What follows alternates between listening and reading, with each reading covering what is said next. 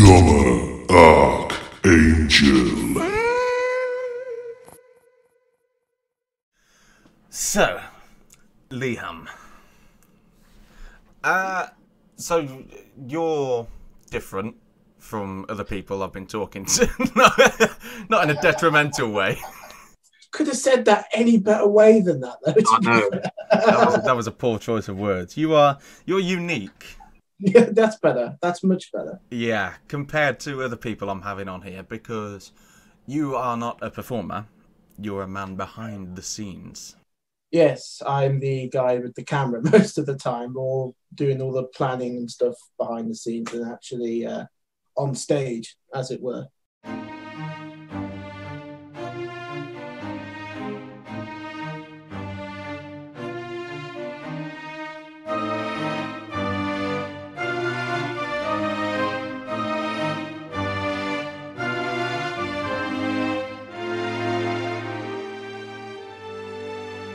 Hashtag Performing Arts with John Ellis Benton. And in this week's episode, Liam Keaney.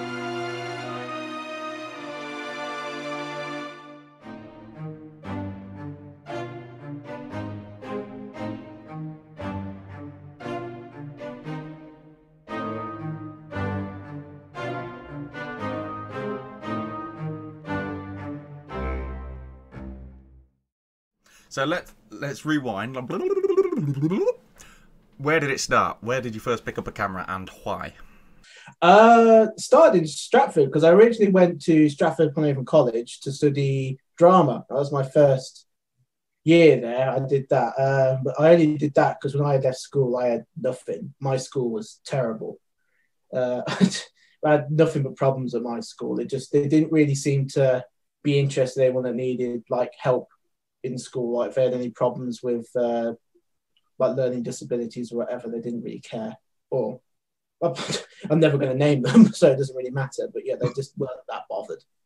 I hear they're a lot better now, annoyingly, when I'm not there. But they've gotten better. So why drama? What got you into drama?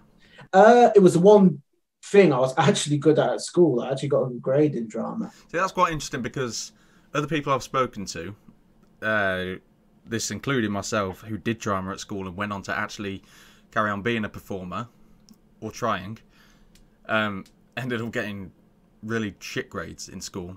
Oh, really? Yeah, so the fact that you got a good one and then decided not to do it, there seems to be a sort of crisscrossing nature there. Well, I think it was just because when I went to Stratford, like the drama class, it wasn't like a it was like a building up sort of one. It was like a GCSE thing. So you did like English and math alongside it, sort of thing. It wasn't just like a I forget what the curriculum is now, but it's not like a normal college class. It's like for people that didn't do well in school, so they have to build themselves up again. Right, I see what you mean. Yeah, I'm with you. Functional skills, that was it. You had to like do functional skills and stuff around it. So it was like that. And while I was studying that, they took us down to the media department because I think one of our criteria for the drama class, we had to actually do like a scene in front of a camera, and we did it with the media group. And then I got talking to the media guys, and that got me like really interested because obviously I really like films and stuff. Even when I was in school and all that, I really like films. That's why I got into acting. But then after talking to the media guys at Stratford, I got more interested in doing that and actually like the planning side of it and actually the writing side of it. So you mentioned an interest in films. Just out of curiosity, top 3 films ever. See, I get this all the time, and it's annoying because it always changes. I can never keep 3 for like more than like a couple of months. It always changes. So we're in lockdown 2 now. If you had to pick 3 to watch throughout this lockdown, and you only had those 3 to choose from, oh god. Okay, The Big Short, because I just generally really like that film. That's about the housing crisis where all the banks collapsed. That's made up. I've never heard of that. You're a fool. Great film. It's on Netflix. You should look for it. The Big Short, really good film. Oh god, I might probably Casino. If you know that, one of the Scorsese gangster films. That's a really good film. Daniel Craig was really good in that. Prick. You're an actual prick. What's the third one? Oh god, the third one. Probably probably Borat. That's the first Borat movie because that just makes me chuckle. Oh wow, okay. That came out of the blue. It is just genuinely funny whenever. As long as you didn't say The Last Jedi, then Oh god. We don't talk about the sequel movies. Honestly, they've been ruined. Honestly, I think they've been ruined now. we could go off on a tangent all day on the Star Wars films. Yeah, so how long did you do drama at Stratford for? A year, only 1 year. Only After 1 year. that, I kind of just wanted to move on. I Okay. kind of got hooked when I got shown all the equipment and what they were doing, because they were already like, even in the first year, making small movies of like 5-minute movies and stuff, just going around with equipment. I was just like, you can just do that from the back. That's perfect. That's exactly what I want to do then. Just because it's also something like physical, you know, even after you finish college, it's in your hands. You can show it to people. You can, you know, it's just something you've made and it's there and you can keep it. Yeah, so when you're working on something, you like something tangible to be able to show off, basically, yeah. Or just to look back for my own benefit. Fair enough. What were you technically minded before that? Yes and no. I did a bit with computers. I was okay at it. I don't know. It was sort of, I was alright with computers, but it just never like grasped at me as something I wanted to stick at, if that makes sense. Like, there's a lot of things you got to keep up to date with computers. And to be honest, I didn't have the attention span to do that. Like, to go back and read over all the new stuff that's coming out, keep up to date with everything. It's a lot of work. It's an awful lot of work. And I just didn't want to do that. Yeah. No, that's fair enough. So why Stratford then? Because that's, I mean, talking to... I've spoken to Sam and I've spoken to Kit recently. And obviously, for them being drama-centric, Stratford was kind of a... I mean, Kira was born there anyway, but Stratford was an advantage to them because they were getting into drama. Why Stratford for you in terms of college? In terms of the production side of it, the media? Well, again, when I went to Stratford, it was more for acting than actual media. But it's just when I saw what they had and the teachers either like had a BBC background and stuff like that, it seemed like a golden opportunity really. If you were going to study and invest in it, that's the sort of place you should go because you've got industry professionals there and the equipment to actually, you know, play around with. It was up to date, you know, it was all current stuff. So you're actually getting, well, I wouldn't say it was exactly like industry training straight away, but you at least steps towards it, if that makes sense. Yeah, I'm with you. So, was it a bit of a weird transition then, going from performing, basically from being a front man to going behind the scenes? I think because when I did that, I was only like 17, so you know, it was just one class to a new class. Really, I was sort of all right with it because I was still half just sticking around my friends anyway. But it was a little bit different because it was actually more. It was more like actual written work that I forgot because obviously when I'm doing acting, there isn't an awful lot of written work. It was just sort of go up there and act. Now you've actually got to do some homework when you get home, not just read a scene. It was sort of like, oh shit, yeah, I've got to actually do some work now. Wow, if anyone's listening to this and heard you describe an acting course like that, they're going to be thinking, what does he think we do? Just go home and read a scene. You sausage, bless you. Away with it. So what was like the first project you worked on then? The first one I did was we had to do like a web review of one of our, it's funny what you just said, favourite films at the time. My favourite film was like the really old Dawn of the Dead from the 1970s. So I did like a review of that. And we had to like recreate scenes from it. So we were like doing bits and pieces from that. Oh, it was great. I wish I still had the file in the back because it was cringy as hell, but it was fun making. I can imagine. Did you have to break out the tomato sauce and mushy piggies and whatnot? Oh yeah, we did a few times, and we got told off because I couldn't find any guns, so we used tripods for the cameras to look like guns because obviously we were pretending to be like bandits or something. It was fantastic. So whereabouts did you film that? In the studio? In the corridor of the actual building outside the media block and just outside of it. We just made it like, we sort of half set dressed it to look a little bit like the mall that they're in the film.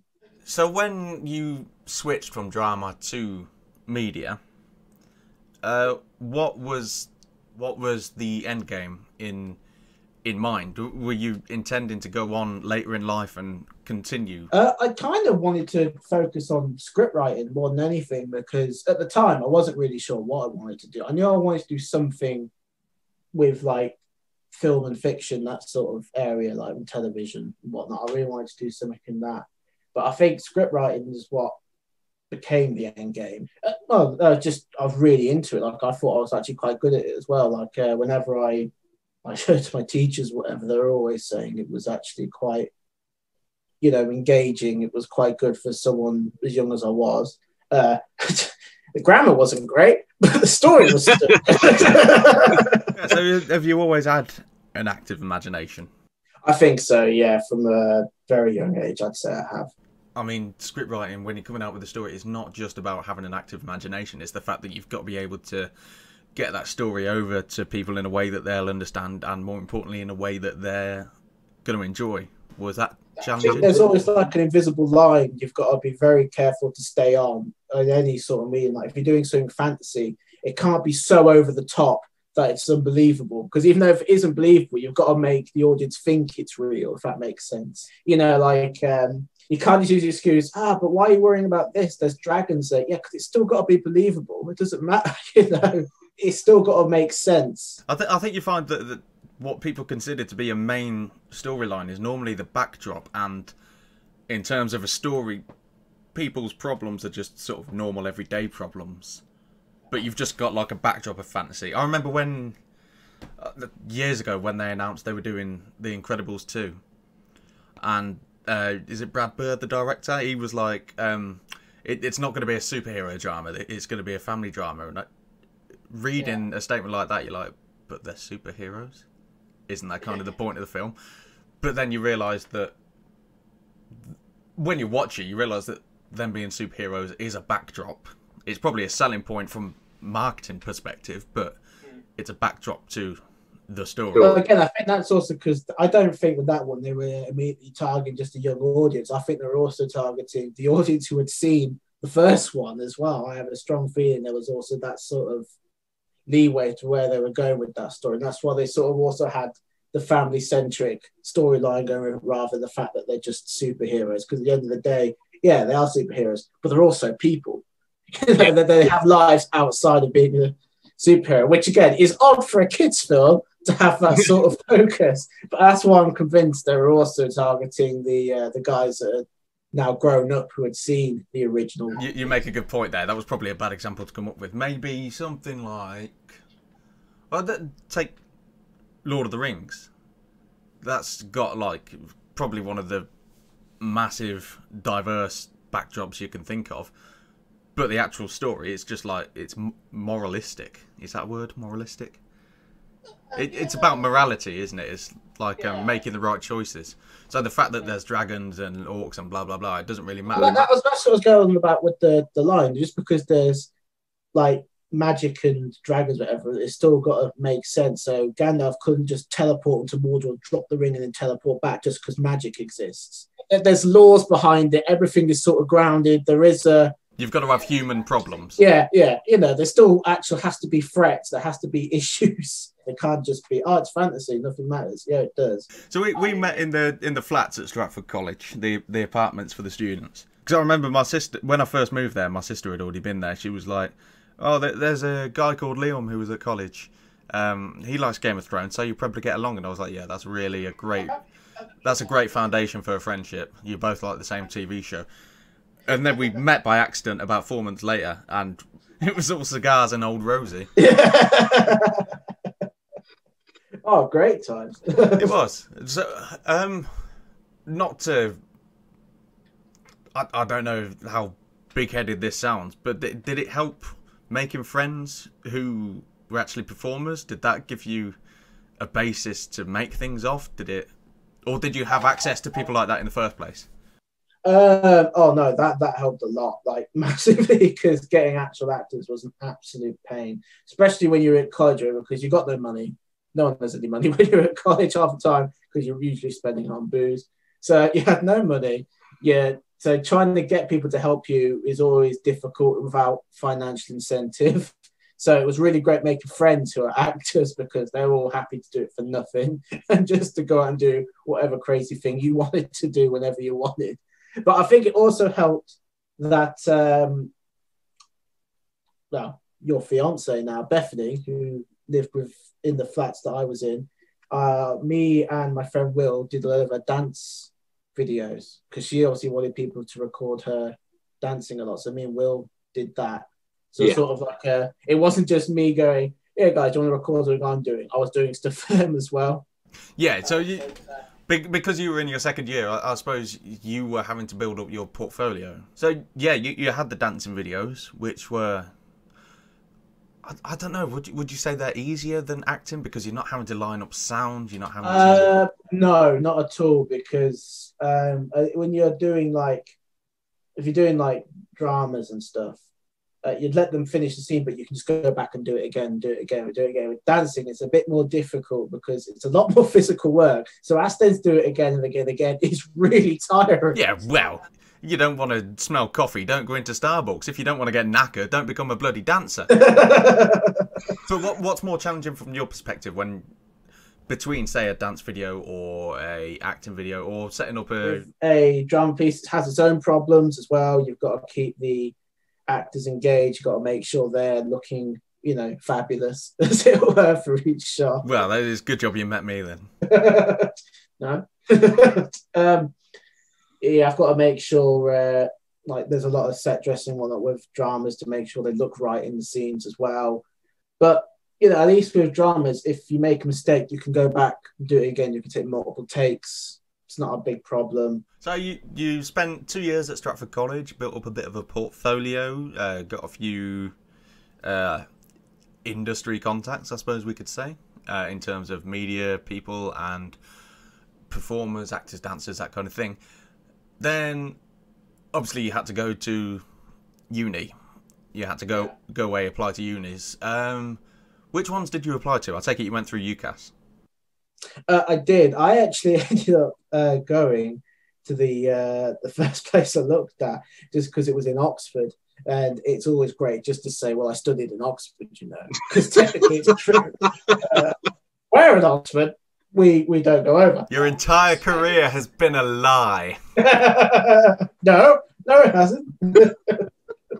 But, you can just say, yeah, I studied in Oxford. And technically it's true. It is true, I'll give you that. What were the selling points of Oxford? At the time, it was the equipment, because they had access to a Red Dragon camera, which is a big fancy camera, and students could use it.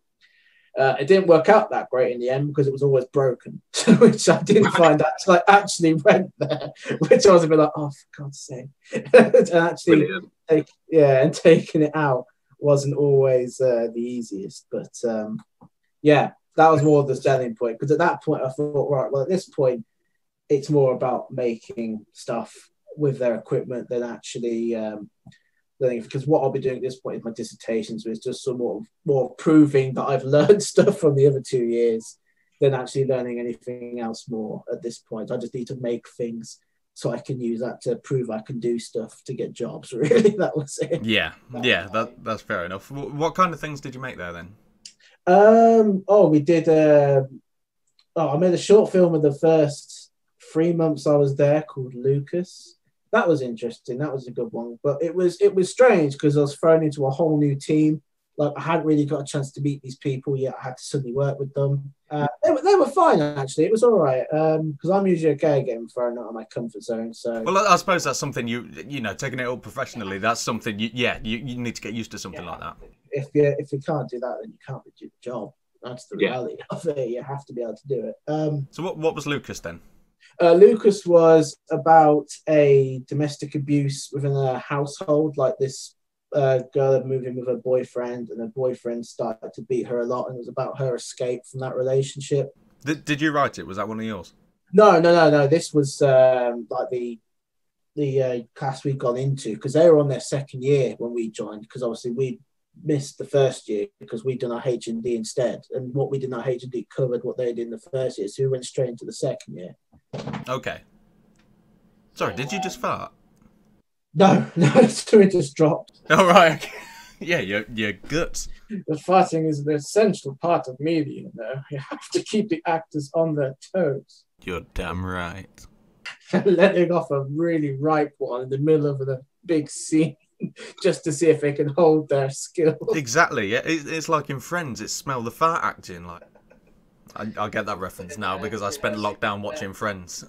I've been watching Trailer Park Boys, which is something we should do. A mockumentary. We'd be good at that. That would be an excellent idea. I would love to do something like that.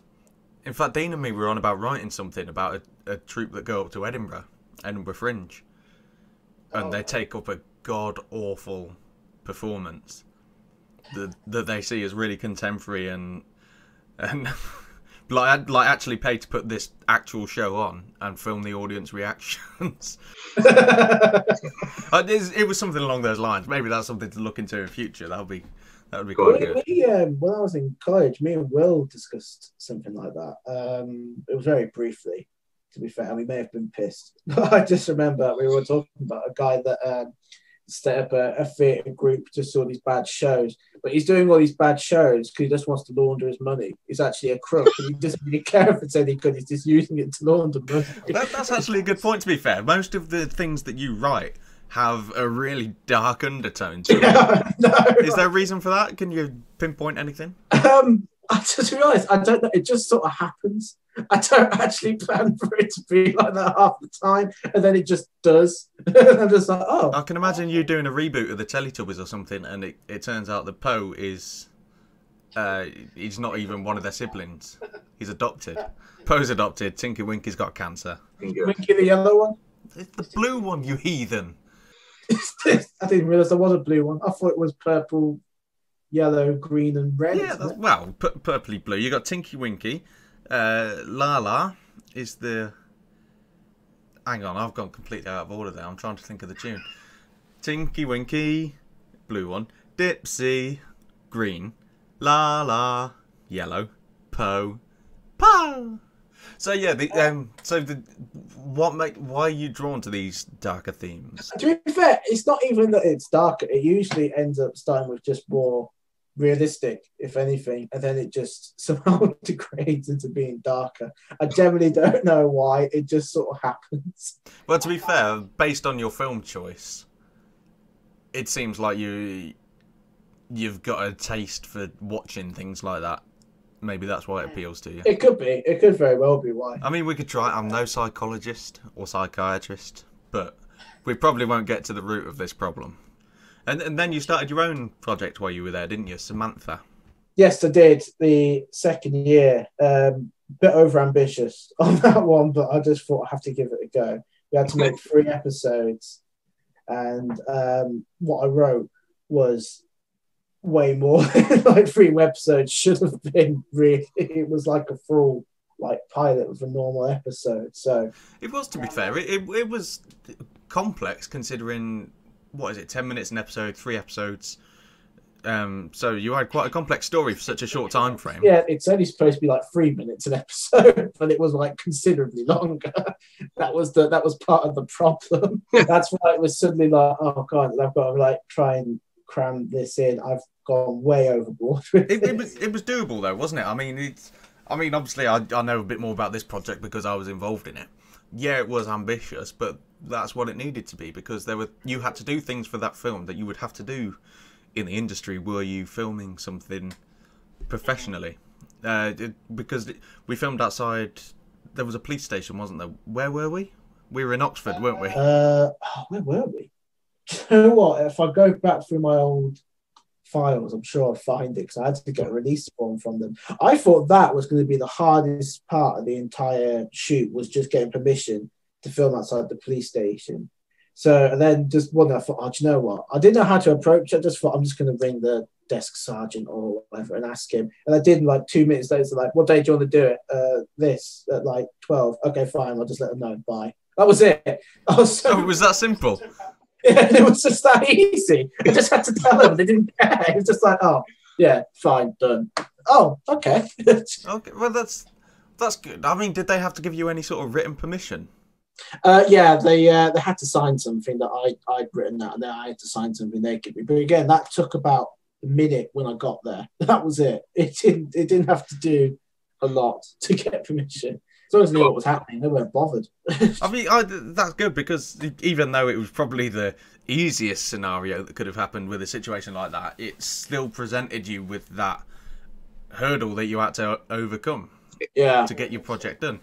Did you have to go to any other local authority? Because we were filming around suburban streets, weren't we? I had to go around houses and like give them like notice that we were filming around the area, but you only have to give them like 2 weeks notice, something like that. And no one seemed to mind anyway. Yeah, middle of the day, middle of the working week. Yeah, everyone was at work or kids were at school, so they weren't really bothering anyone. So it was all right. And we weren't doing anything that would like alarm the public. We weren't waving like fake guns around or anything. We were just literally walking around, and you and Sam were just having like a very stupid conversation. That was it. But it was quite a foul-mouthed conversation. So was that something you had to warn residents about? Because my character was very potty-mouthed. Yes, he was. No, not really. No, I just had to tell people we were filming, to be honest. We may have taken liberties with that. I'm not 100% now, but it's fine. Since this conversation started, you've been cutting corner after corner. Pretty soon it's going to be a circle. It's not going to be a square. But there were also some, in terms of filming, there were some neat little tricks in there as well. Because obviously you had Stefan, who was the cameraman. Stefan Luca, probably one of the best DPs I've ever worked with. Still is. If you haven't seen his stuff, you should go look at his stuff. It's incredible. He's really, really good. Yeah, because I mean, obviously follow him on social media, and I saw some of the finished products from Samantha. And even for a uni project, it looked stunning. Stefan just knew what he was doing. He had the equipment, and he has the skills for that. He's the definition of knowing your shit. Yes, he really is. Like, you could turn to film something, and he'll get it done. You know, it doesn't. You don't need to, if you let him do what he wants, he'll give you something stunning to work with. He's phenomenal.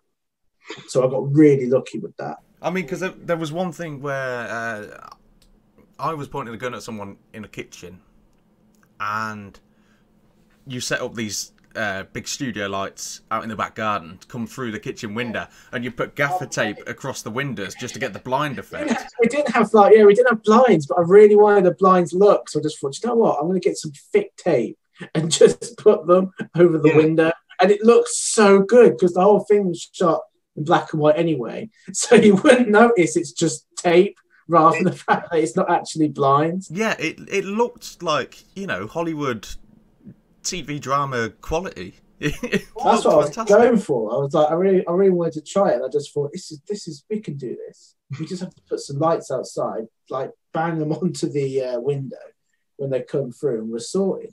And it looked great. Yeah, and it sounds so simple, and it sounds so stupid that we're so excited about it, but having seen the finished product, it had a magic effect. Yeah, it really did. It worked out so goddamn well. It was great. So that was all filmed in the space of 2 days, if I remember rightly. Yeah, 2 days.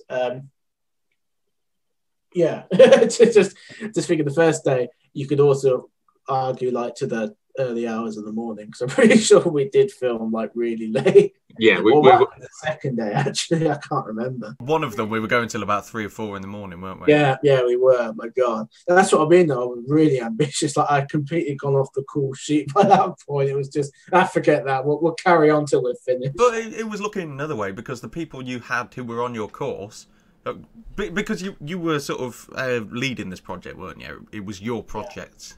How stressful was it for you to have that first taste? What was it like? I wasn't worried about the people I was with, because the people I had like Mark Levin, who did the sound, and he is phenomenal as well.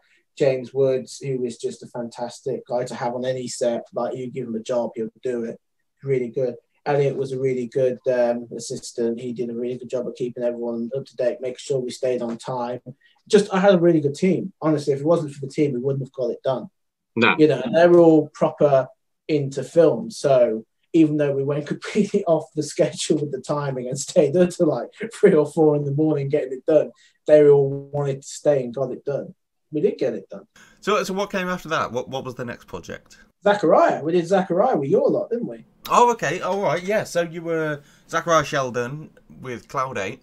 You were filming a live performance. How did that compare to a shot by shot, outdoor scheduled? Well, it was a lot easier by a mile because we just returned at rehearsals. We filmed little snippets. We did like mini adverts, which were really fun. Yeah, it was a lot easier. It was a lot more. Well, the thing is, we just had more fun with it because we weren't on a strict time schedule. Everyone was like really easy to work with. We didn't need to do anything complicated. It was a labour of love. Yeah, very much so. It was just, it was just fun. It was just so much fun. No, that's fair enough. I suppose when it comes to, perhaps if you had a sort of multi-camera live performance, it might be a bit more challenging if you're overseeing all that. It depends what it is that you're filming. If it's something where you need to do a lot of tracking of people on the stage, like following them along, it could be complicated. But if something straightforward, you can have still shots. It's not that big of a deal because you can have two on either side as still shots and then just focus on the one in the middle and like track people in between. So when it comes to editing, you can easily cut it. But normally theatre doesn't need any special effects. The special effects are on the stage. It's all about the performance rather than anything else. So it's, in like terms of filming regard, it's a lot simpler. But then from there, we decided to just, Dean gave you a script and said, let's make this a film. Oh God, yeah. Last Supper. That was a bit more challenging for you, wasn't it? That was the film where I needed to learn to say no. We jumped straight into it, and he had the right intentions, but it was just it doesn't work with film like we. So obviously, but there was the four of us initially. You had Dean who wrote it and was starring in it. I was in it. Kit was in it, and you were directing it. And we drew Sam in and a few other helping hands to do the sound and whatnot. And we drew in help and favours for lifts and whatnot. So how did you approach a deadline? Because we got the Charter House in Coventry, rented that for 12-hour slots over 3 days to film an entire film. What was going to be your approach to it? Literally just to break the film down into 3 parts and try to cover those parts of each day. Because I thought, to be fair, I made a lot of mistakes with Last Supper. I think to argue against that would be foolish. I thought it would be a lot simpler because it's a theatre piece. A lot of it was stationary, so I didn't need to overly worry about getting lots of different various shots or setting up equipment, because I thought a lot of it would be sort of like how the Royal Shakespeare Company does its like dramatised like TV theatre shows and stuff. It's all sort of centered in one room. It's got a few movements, and the cast will carry it because it's theatre based. It's a theatre show more than anything, really, isn't it? Last Supper. It was not originally written for film, was it? It's originally written for stage. Yeah, it was 2012. He took it up to Edinburgh Fringe. So again, when it came to that, I thought I could do something similar, and I could not. It turns out it's just as complicated as filming any sort of drama. It really was a lot more complicated. So I sort of bit off way more than I could chew, and the equipment that I had was not. It wasn't great in low light, and the sort of look we wanted with this film was very low light. It was almost like lit by candlelight sort of thing, or lit by a like a fireplace. Did you not find that was an advantage to having the little lights that you had? Because in the end, it did look like candlelight or firelight. It did, but I think we also needed other lights just to make sure it was visible. Because when I first got the edits and I looked at them, you could barely see anything. I had to correct so many of them just to make sure you could even see what was happening on the screen. So I was like, oh, God. It was a borderline like a dogma approach, all naturalistic rather than just lights. It was, oh, God. I think the only problem I had with the lights, going through it piece by piece, was the inconsistency. Say you were filming one side of the room, you had the lights focused over there. You film on the other side of the room, you had the lights focused over there. You film on the wide angle, get the entire set in. obviously you had to use these little lights to fill that space with light. But of course, in these other shots, you've got shadows on the walls behind them because you've got the lights focusing on them. But then on the wide shot, obviously you haven't got it because the lights are in different positions. Yeah, but this is the other thing. The lights we had, it was hard to sort of fix those little things. We had to. It was either we go really artistic and then you see nothing, or at least you can see something, because that was the choices we had. Really, they're more for photos than actual film. But we had no money. We just wanted to make a film, so we gave it a go and we used what we used. Yeah, exactly. And the end product did not turn out to be so bad at all. It was pretty much, it was exactly how we expected it to be. And in such a short time scale, I know films are normally traditionally filmed on a singular camera, aren't they? They correct me if I'm wrong. I'm not the camera person here. It depends what it is, to be honest.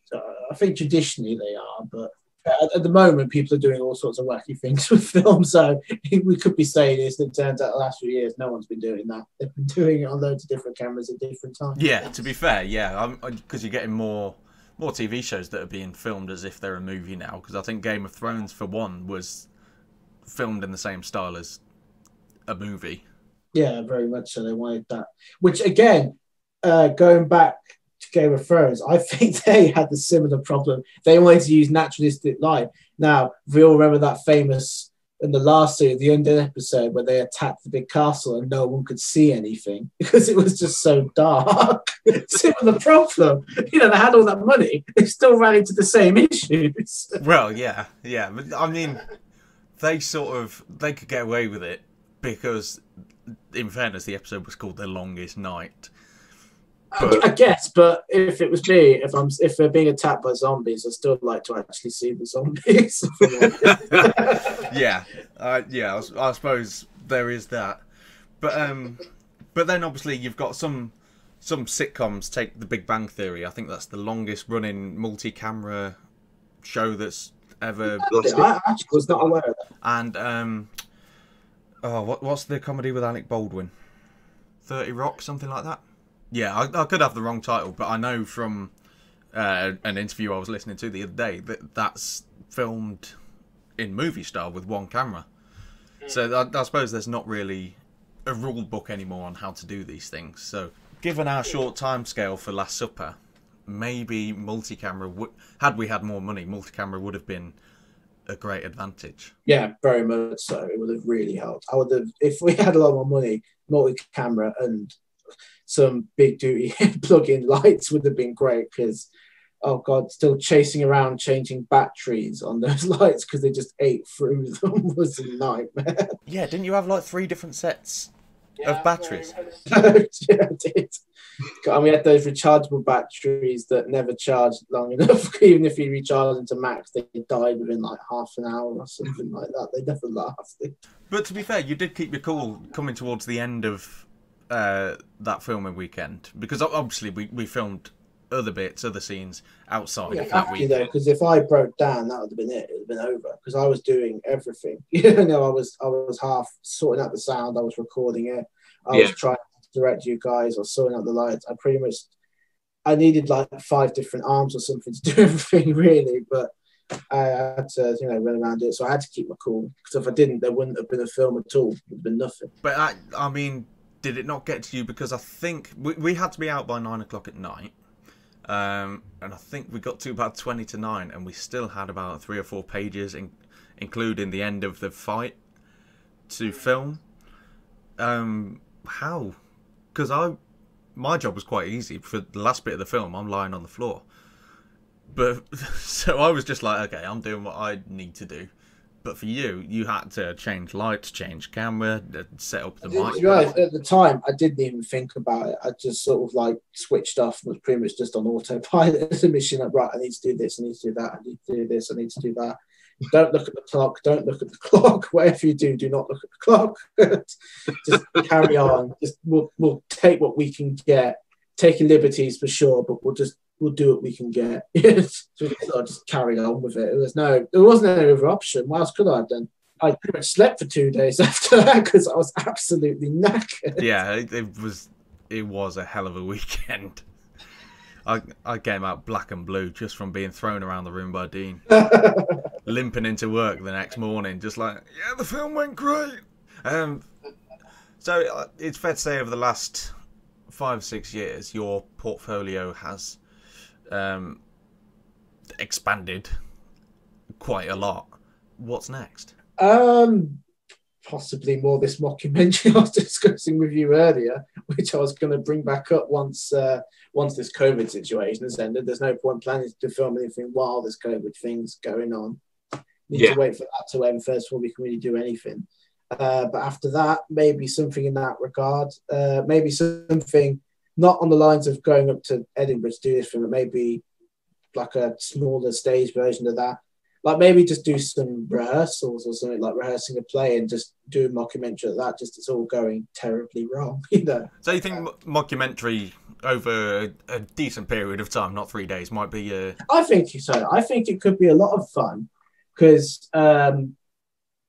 just when we've done like rehearsals for the shows we've done with your Cloud 8 guys, there's a lot of like humor in the rehearsals anyway, because they're all friends, so we all sort of get along and do stuff. I think there's a great potential for a mockumentary in that, because we come up with some great banter generally during those anyway. So just filming, to be fair, we could just film a rehearsal and put that as a mockumentary, because no one would believe it's real. No, I suppose it's not. It's always a bit hectic. Very much so. I could be in it. I could be the guy to secretly an owner, using it to fund his, launder his money through. There you go again, back to the dark themes. The last thing I would really like to ask about is, isn't it a good job that your living income isn't dependent on what you do with your camera? Because, to put it simply, how fucked would you be right now? Oh God, you'd be knackered. Like anyone in this industry would be knackered right now. I think I've seen a few people who are doing okay. I'd say overall, because everything just got grounded to a halt, didn't it? Everything did. Which I understand. Got no argument against that. I think it really had to in the end. I don't think there was a way around that.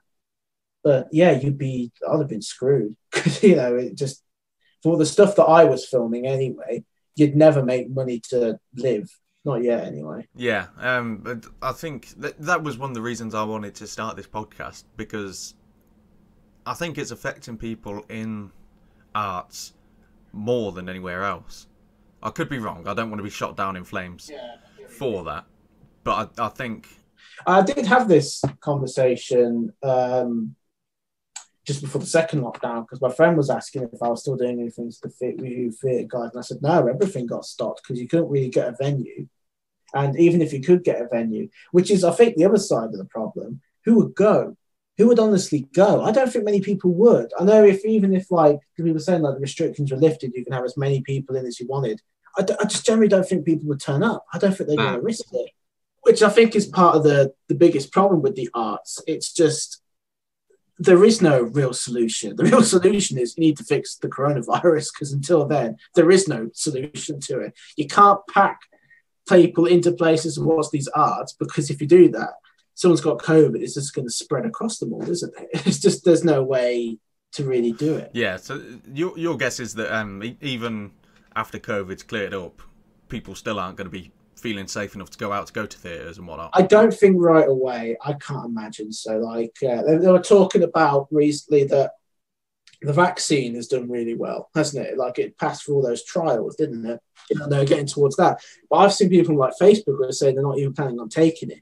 So, it's even when that comes out, it's not going to be over. We're still going to have a wait till after that before everything gets back to normal. It's going to be a while, I think, and we need to you sort of have to acknowledge it. There's no other way around it, which is a shame. It's not a good thing, but it's a realistic thing, really, isn't it? Yeah, we can only pray that all these different aspects of the industry are going to survive, limp through it in some way. Yeah, I think there's definitely going to be a lot of hard times ahead. I think they will come back eventually. Nothing lasts, not even this coronavirus nonsense. It won't last. People will go back to the shows once they all think it's safe. It will return. But it is a real shame for anyone in the arts at the moment, because, everyone's going to be suffering. And I think they're going to be suffering for a while. No, I think you're right, to be fair. I think that's quite an ominous place to leave it on. Fair enough. I'd like to leave on something a bit more hopeful, but yeah, sorry. No. There's nothing hopeful at the minute, Liam. There's nothing. We're going to feed on the misery of the public. No, thank you for that, Liam. Very much appreciated. Yeah, it's been great fun, mate. It's good to talk to you.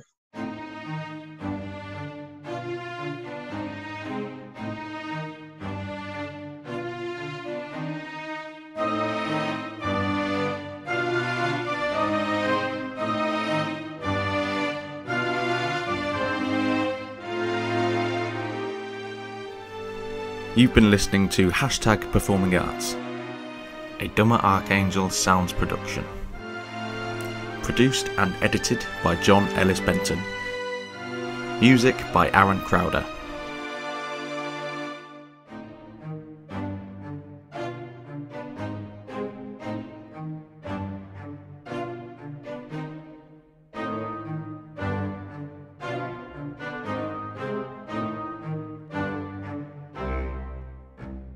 Next time.